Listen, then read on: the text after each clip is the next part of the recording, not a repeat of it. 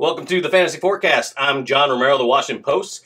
It is week 15 of the NFL season, which means it's either opening week of the playoffs in your fantasy league, or it's the semifinals, which is typically the format for most. So it's usually the final four this weekend in fantasy leagues. So I'm here to help as much as I can.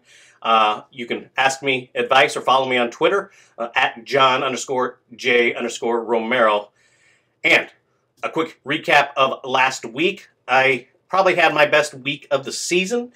The guys I highlighted in my video last week consisted of Kenyon Drake, Devin Funchess, and Giovanni Bernard. All of them had double-digit performances. And for good measure, another player I wrote about last week, Marquise Goodwin, also had another good week for the 49ers. So we're not going to spend too much time on that. We want to dive right into week 15. So here we go. Who is on the fringe in week 15? Well, let's start with Mike Evans of the Tampa Bay Bucks. I know. In my column this week, I say it is crazy. It is crazy to think about not using Evans in a week 15 playoff matchup.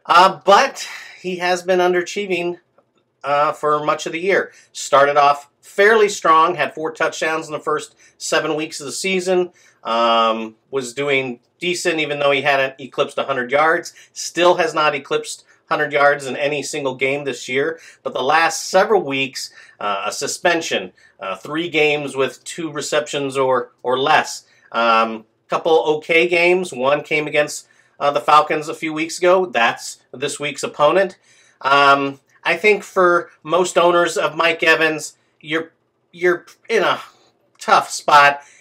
Yes, you may have gotten by a couple weeks without him or subbing in for him. He's a hard guy to sit nonetheless because all it takes is a TD and 40 yards and he's reached double digits. I think just that on that premise, he's probably someone that has to be played. It's kind of similar to Devin Funchess of last week. Funchess had a really bad matchup, but because he's Carolina's #1 wideout, you kind of had to just go with him anyways, and it worked out. I don't know if that's the same case with Evans. He doesn't play nearly as strong a defense, and Tampa Bay's offense has been underachieving even when they've been fully healthy. So there's certainly merit to the argument that Evans shouldn't be played. I just don't know that owners have the luxury of being able to do that when it's all said and done. So good luck on that one. So, who else is on the fringe this week? Well, let's try Theo Riddick of the Detroit Lions. The tailback has had his 2 best games of the year, last 2 weeks. An uptick in his workload as Amir Abdullah has been dealing with a neck injury. And the offense has been, at least the ground game has been better with Riddick. He's a versatile player, catches balls out of the backfield, gets some end zone carries, is a good blocker. So that's another reason why Detroit likes having him in the game. And now Detroit gets a home game against the Bears. The Bears have not been great against the run.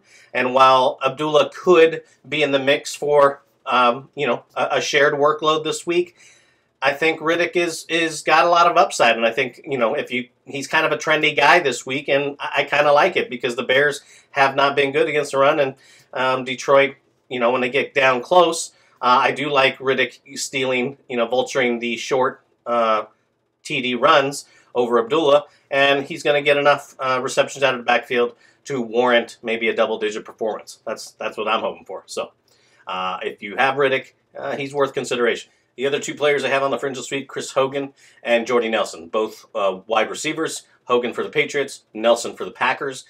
Both produced well during the early part of the season. Hogan's been injured last several weeks, just returned last week, had a quiet game.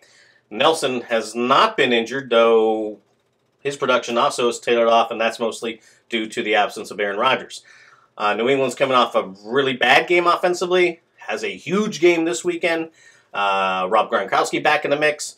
I think the glass is half full. Pundits out there see Hogan get a bit more acclimated in the offense again, and so I think there's a lot of optimism that he can have a nice game this weekend. I would tend to agree, but I can understand owners who are feeling a little tentative about putting Hogan in the lineup. As for Nelson, you know, the numbers don't seem to lie. He's better when Rodgers in the lineup. Rodgers seems to target him. And I think if you're in dire need of a wide receiver 2 or a flex play, Nelson obviously warrants consideration. But like Hogan, he's been unusable for several weeks. And, you know, there is some risk, but I think in Nelson's case, it's probably a risk that has a high reward. So that is going to do it for us on this week's version of the Fantasy Forecast.